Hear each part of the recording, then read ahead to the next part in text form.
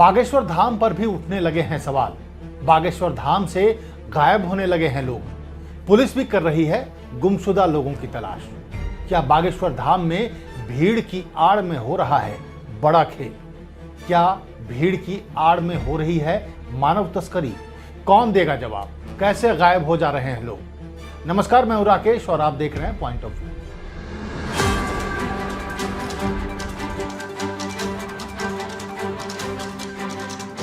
चमत्कार को नमस्कार करने वाले अपने देश में आस्था के कई द्वार हैं। कभी कोई आसाराम आ जाता है तो कभी राम रहीम। सभी का एक होता है कि हम बीमारी, दुख, गरीबी, तकलीफ सभी दूर कर देंगे। लेकिन बाद में उन पर जो आरोप लगते हैं, उनके डेरों की जो खौफनाक कहानियां सामने आती हैं, वो न सिर्फ लोगों का दिल दहला देती हैं बल्कि हजारों की आस्था को चकनाचूर भी कर देती हैं। इसके बावजूद हजारों देवी देवताओं और कई धर्मों वाले भारत में अगर सबसे ज्यादा लोगों को कुछ अपनी ओर आकर्षित करता है तो वो है बाबाओं का दरबार। एक बाबा बेनकाब होता है तो लोग दूसरे के दरबार में चले जाते हैं। शायद दुख, तकलीफ, गरीबी और कुछ बदल ना पाने की निराशा लोगों को हमेशा अपना सर किसी न किसी चौखट पर झुकाने को मजबूर कर देते हैं।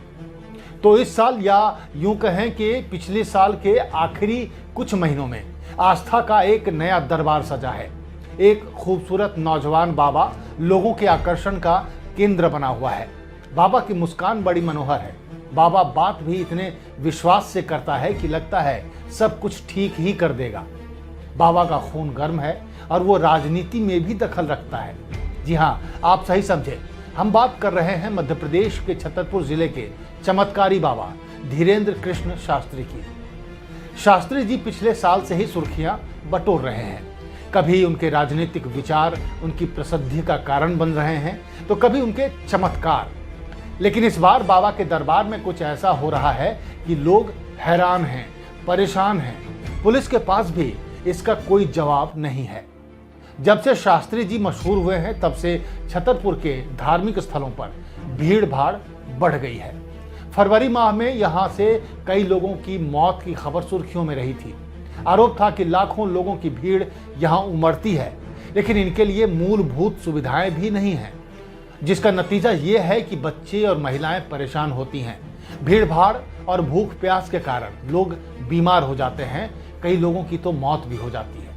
खासकर एक 10 साल की बच्ची जिसे मिर्गी के दौरे आते थे और एक बीमार महिला की मौत ने तो काफी सुर्खियां बटोरी थी। इन दोनों को बाबा का चमत्कार जीवन दान नहीं दे पाया था।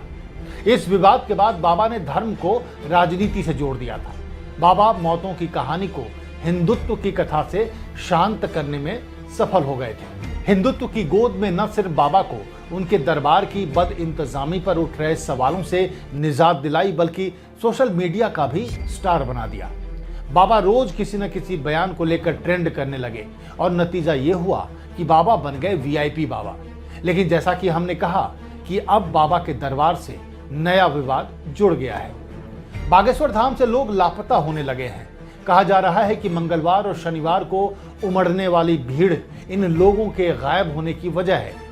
मुराद लेकर बाबा के दरबार में आ रहे लोग अपनों को गंवा दे रहे हैं। बताया जा रहा है कि इस साल के जनवरी माह से लेकर अब तक 21 लोग धाम से लापता हो चुके हैं। इन लापता लोगों की तलाश में परिजन कभी थाने तो कभी धाम के कार्यालय के चक्कर काट रहे हैं।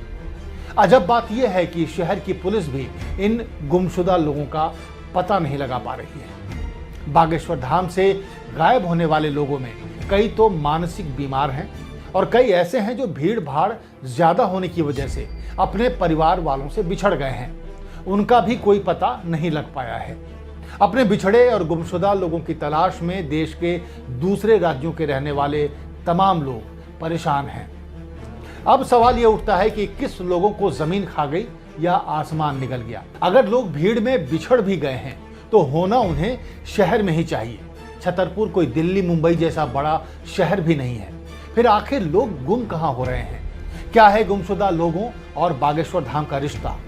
कौन और क्यों गायब कर रहा है लोगों को?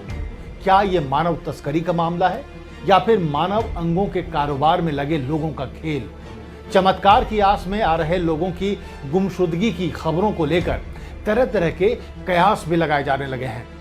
वैसे शुरू में आसाराम और राम रहीम के दरबारों से भी लोगों के गायब होने की खबरें आया करती थी, लेकिन धीरे धीरे मामले गंभीर होते गए। धीरेन्द्र शास्त्री ये तो शुरू में ही राजनीति की ऐसी राह पकड़ी है कि उनके दरबार पर उठने वाली हर उंगली को हिंदू विरोधी बता दिया जाएगा। ऐसे में पटना पुलिस पर अब दोहरी जिम्मेदारी होगी। एक तो बाबा के प्रवचन में नफरती बयानों पर नजर रखना और दूसरा बाबा के दरबार में गायब हो रहे लोगों के चमत्कार पर भी, क्योंकि उम्मीद यही है कि बाबा के प्रवचन में यहां भी बड़ी भीड़ जमा होगी और भीड़ की आड़ में छतरपुर जैसी कोई घटना पटना में न घट जाए, इसका विशेष ध्यान रखना होगा। क्या आपको भी लगता है कि बागेश्वर धाम वाले बाबा के दरबार में कुछ गड़बड़ है? वहां से गायब होने वाले भक्तों के बारे में आपकी क्या राय है? ये कोई साजिश है या महज इत्तेफाक? अपनी राय हमें कमेंट कर जरूर बताएं और चैनल को लाइक और सब्सक्राइब करना ना भूलें।